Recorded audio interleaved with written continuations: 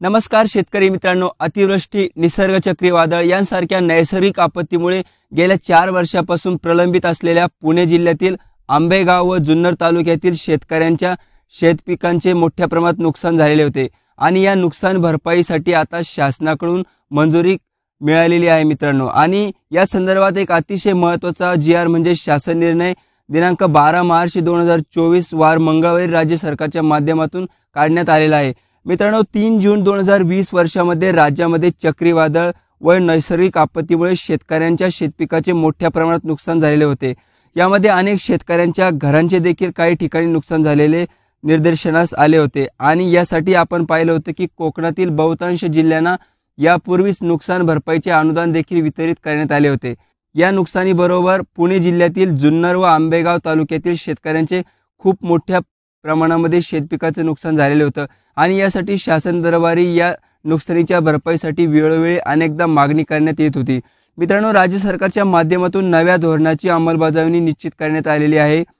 या धोरणाच्या अनुषंगाने पुणे जिल्ह्यातील आंबेगाव व जुन्नर तालुक्यातील 3 जून 2020 रोजीच्या नैसर्गिक चक्रीवादळामुळे नुकसान झालेल्या शेतकऱ्यांना नुकसान भरपाई मंजूर करण्यात आलेली आहे। मित्रांनो, यासाठी जिल्हा अधिकारी कार्यालय पुणे यांच्याकडे पुणे व आंबेगाव यांच्या स्तरावरून नुकसान भरपाई मिळावी याकरता मागणी करण्यात आलेली होती आणि याच अनुषंगाने राज्य शासनाच्या माध्यमातून हा महत्त्वपूर्ण शासन निर्णय निर्गमित करण्यात आलेला आहे।